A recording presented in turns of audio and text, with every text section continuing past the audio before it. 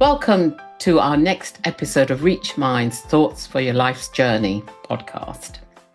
In this podcast, we will be exploring a coaching framework that introduces Female Leadership Wheel, a self-perception tool designed to help women enhance their leadership skills. The Female Leadership Wheel is particularly focused on women working in companies or other organizations. It delves into self-awareness and emphasizes the importance of women cultivating leadership skills and having a choice as well as a sense of agency, especially in a male-dominated environment. Joining me today is Lisa Ross Marcus, a leadership coach for women, mentor to female startup founders and entrepreneurs, and an expert in intercultural communication. Lisa grew up in New York and has been living in the Netherlands for the past 40 years. She has extensive experience of working within global organizations. Welcome, Lisa. Thank you. It's great to be here, Nita. I'm very excited to learn about the Female Leadership Wheel. Let's get going with it. Tell me a little bit, Lisa, about your journey and what got you interested in doing the work with female leaders. So I've been coaching for many years, and I've coached both men and women, especially women at different stages of becoming or being leaders. And in my experience as a coach, I encountered different frameworks that really enhanced coaching. So coaching tools such as looking at motivation or looking at transferring leadership skills across different cultures or looking at influencing skills. And in my growing interest in really focusing on helping women to become better leaders, and I see my purpose as empowering women to make a difference. Mm-hmm. And thinking about this, I started to wonder, what if there was a coaching tool specifically geared towards supporting women in leadership positions? And I started to consolidate my learning, whether it was from listening to female leaders tell their stories, research I'd done reading books, listening to podcasts, my own experience coaching female leaders, talking to female leaders. And I started to try to consolidate it. And I ended up coming up with an idea of a wheel. I love the image of a wheel. It's holistic. It makes me think of a mandala. But to express, or to show rather, 8 specific areas of focus that are relevant for female leaders. I'd love to know actually what's the philosophy that underpins the Female Leadership Wheel. The philosophy is a belief that there are a lot of smart, talented, very committed women out there who will make great leaders and impactful leaders, that there are certain things that are holding them back. And part of this is just recurring themes I've seen in coaching women leaders or listening to women leaders, such as boundary setting, having difficulty with boundary setting, difficulty with asking for help, struggling with a need to be liked and letting that interfere with the intention of adding value, being uncomfortable with talking about her achievements, her accomplishments. That's often dismissed as, oh no, that's just bragging. And of course, a lot of this comes from the ways that we are conditioned from the time we're young girls.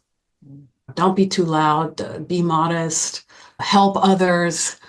It's important to be, a lot of girls grow up hearing they need to be pleasing people, and that still stays with us.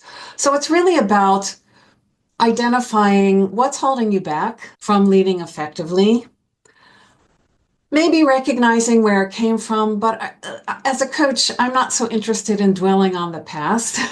Absolutely. To just say, hey, that might have served you well when you were growing up or at different points in your life, but it's not serving you now. So what do we really need to look at? And that's where the coaching starts. With the leadership wheel. Yes. And so coming back to what does it consist of? Yes. And so there are 8 areas of development here. And a couple of them are, or about 2 or 3 of them are internal. So things like aligning with my values, mapping my ambitions, self-care practice. So things that we need to look into ourselves in order to do. Then there's also negotiation skills, communication skills, strategic networking, building my reputation, and mobilizing others. I think I've mentioned all 8 of them. The way the process works is that before we start the coaching engagement, the coachee does an online questionnaire. And the results of that questionnaire, which, by the way, look at both importance and strength in each of these areas. And the results of the questionnaire are used to generate an 8-page report, which is then presenting each woman with her unique female leadership wheel, which shows her self-perception. It's not an assessment, it's not a test. It's just giving a kind of a profile of, in your leadership journey, what is important for you, what is relevant right now, and how strong are you in that area. And in some areas, there are going to be quite big gaps where something is very important. It's very important for me to be strong in negotiating, but I see that I'm not so experienced in that. And in fact, I dread negotiations. So how can we start to flip that around so you come with a more positive mindset? And there's then different details we can look at, which are related to behavior, anything from how do I prepare for my negotiation? What are the things that I need to do to, in the negotiation, not only thinking about what you want, but what are the concerns and the interests of my negotiating partner? And how do we see this more as a problem-solving activity together than a kind of a battle that we're having? How long does it take for you to unpack the female leadership wheel in respect to the 8 aspects of it? That will depend on the scope of the engagement. If we have a short engagement of 4 to 6 sessions, generally speaking, and that's why we spend quite a bit of time before we even look at her results in really exploring, okay, where are you now in your leadership journey? In some cases, women come to coaching because they're struggling with their leadership role and responsibilities. And they want to get some more insight and some more ideas into, okay, how do I emerge from that to become a stronger leader? Sometimes they're at the start of a journey in the sense of having an aspiration to become a leader and want to figure out what's my path to get there. So in some cases, we will look at the results, and I love to always right away ask, hey, how did this land with you? Do you recognize yourself? Were there any surprises here? But then fairly quickly drilling down to, okay, you're feeling always overloaded with your work, and you don't have enough time to really do the work of being a leader, which is creating a strategy and a vision or expanding your network. What's going on there? And so in just identifying these are the key challenges, then we'll probably focus on things like self-care practice, which has to do with setting boundaries, being able to say no and being fine with that. Perhaps mobilizing others, so being able to delegate effectively. And then maybe strategic networking as well. So we usually will then drill down to 2 or 3 areas. And that can be enough. But of course, she has her report as a reference. Yeah. So even as she's evolving, she can always circle back to it as a resource. And something nice that I experienced recently was even that I got to the end of a coaching engagement with a female leader, and was our last session. I said, okay, what would you like to focus on today? And she said, I want to go back to look at my female leadership wheel results to see what has shifted for me in this time period. And indeed, there was some really astonishing changes because that's a fact of coaching, is that sometimes you start out thinking, okay, this is the issue, this is the problem I need to deal with. But actually, when we start looking at what do you want to create, it can be something quite different. It can be. So where I'm curious is in your using the female leadership wheel, have you seen any themes that have consistently emerged that fits in with the current research of female leadership today? So the themes that I can say, yeah, I recognize them when I read about what's going on in female leadership. There's some really key themes that come up. And one is being confident about sharing your ambitions. Because what happens often is that women feel like if I just keep my head down and do my job really well and do it perfectly, which has its own pitfalls, I will get the recognition and I will get the promotions and the opportunities that I want. And that is unfortunately not how it works. And so one of the things that can really start shifting things, and sometimes very quickly for women, is to tell your line manager, hey, I'm really eager to take on this new project or be challenged in another kind of way, or I'd actually like to move up to another position in the company. And to their great surprise, what I often hear from women is, I told this to my manager and right away he wanted to help me, or she.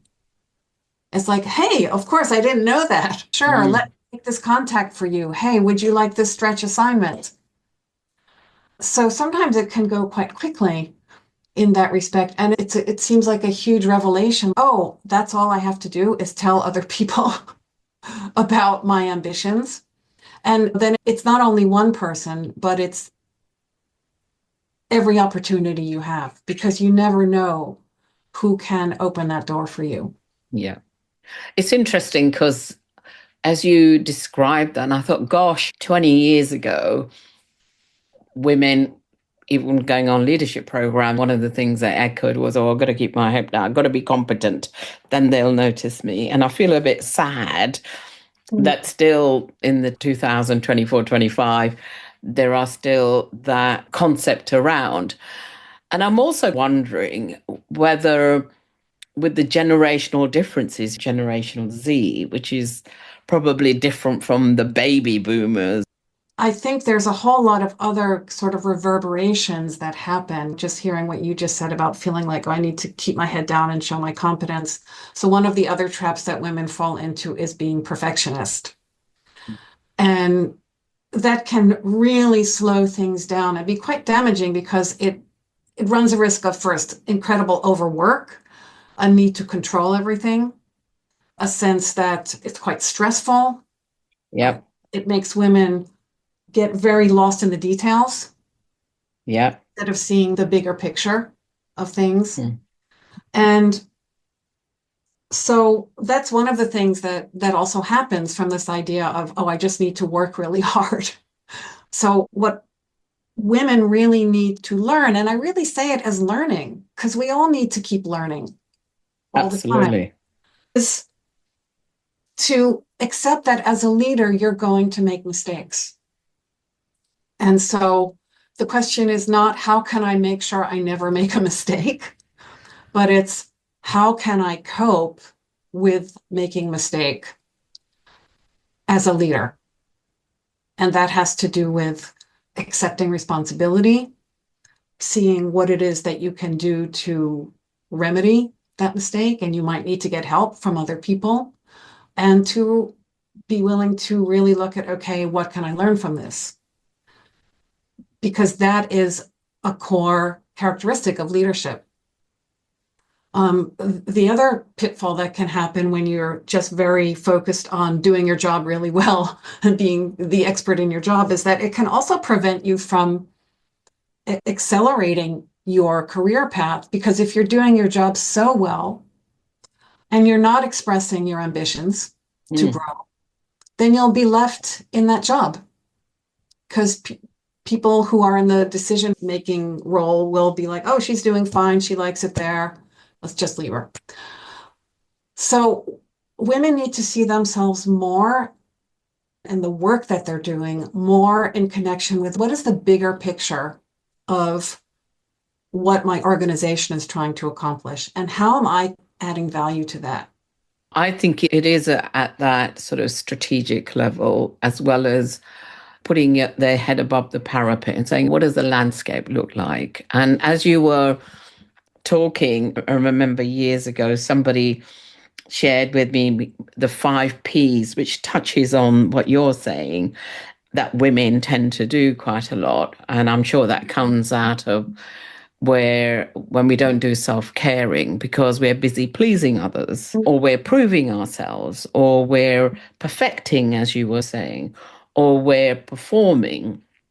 And we might even be pretending for ourselves. And I realized that women, female leaders, can get into a trap around that. And it's almost, as I'm sitting here thinking, is you need to say to them, they need to say to themselves is, what do I want? What's the impact do I want to make? And how can I be vulnerable? Because asking for what you want does make you vulnerable because people can also turn around and say, no, you can't. My experience is generally when women ask for what they want, they tend to get it. But there is that vulnerability that occurs in that space, just in the asking, really. Well, I agree with you that it does take some vulnerability to ask for what you want. But what I think is more important is getting comfortable with the no.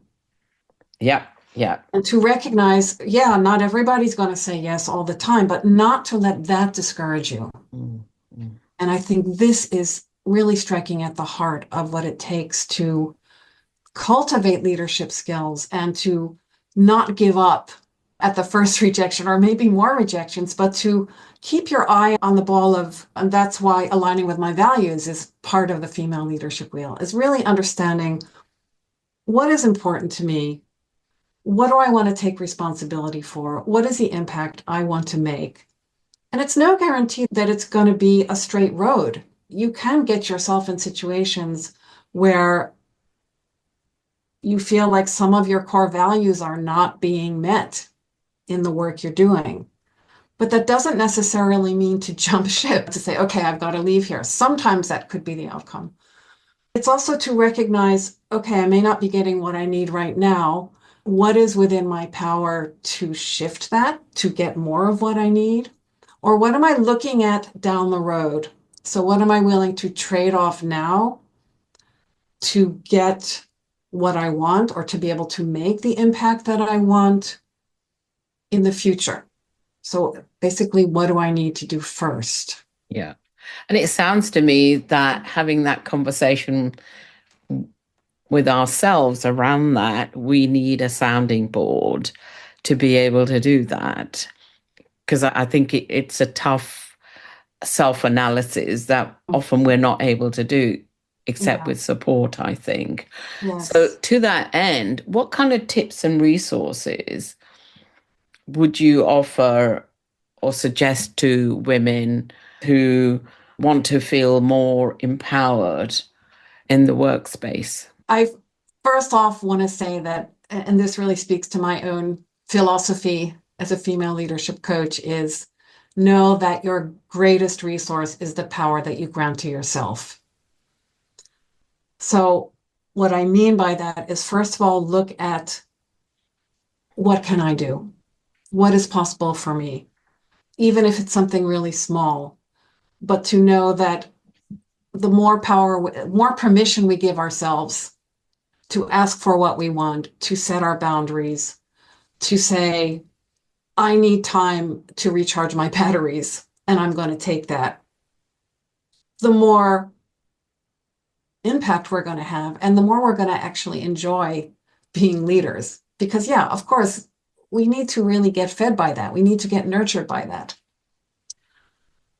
Of course, you and I both know, Nita, coaching is a great resource. And coming back to what you said, is a support, a safe space to make this kind of, you could say, analysis, because that's the role of the coach, is to disrupt thinking and to get you out of old thought patterns.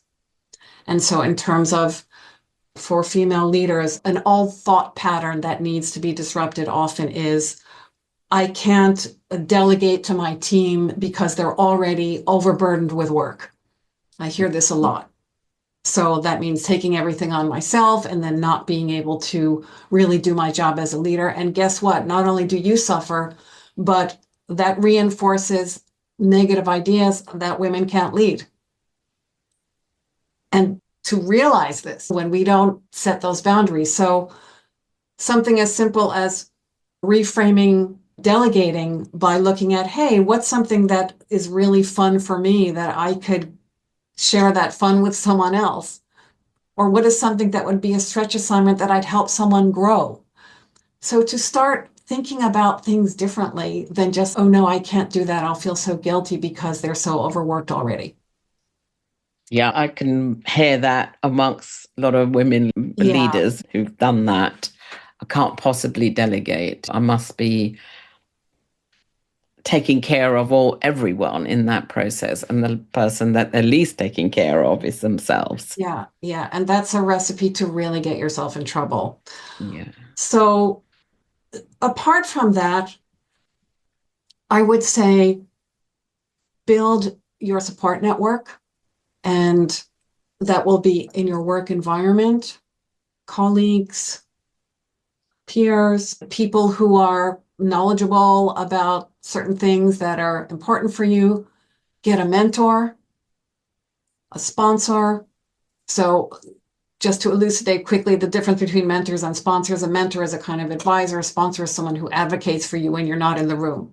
Both are very important. And I would say be kind to yourself, and know that, yeah, you're going to have tough days. You're going to make mistakes, but understand this is part of what it takes to be a leader for both men and women. I completely agree with you on what you've just said. And what pops into my mind, it was an earlier episode I did with somebody, and they very kindly shared me their mantra, which is, be yourself because everybody else is taken. And I just think that's such a wonderful phrase to remember for women, acceptance of themselves and what they need to do in terms of the impact that they want to make, both in terms of self and others as well in the environment. Is to recognize, yes, be yourself, be kind to yourself, keep recognizing you need to grow. So sometimes we mix up being authentic with just sticking to what we know about ourselves. And that authenticity, I believe, has to do with recognizing your values and trying to show up with your values as much as you can, but recognizing part of it is going to be doing stuff you're not comfortable with, but it doesn't mean you're being inauthentic. Absolutely. Thank you very much, Lisa, for your female leadership wheel. I think it gives people some insights into what that entails. I appreciate your sharing your female leadership wheel, and I wish you luck with it as you develop more and more people who are doing this work. Thank you, Nita. It's been great speaking with you. If you're interested in working with me, connect with me on LinkedIn, Facebook, Instagram, or www.nitasharma.com. And if you enjoyed the podcast, why not consider subscribing on Apple Podcasts, Spotify, or wherever you have access to your podcast, and leave a review.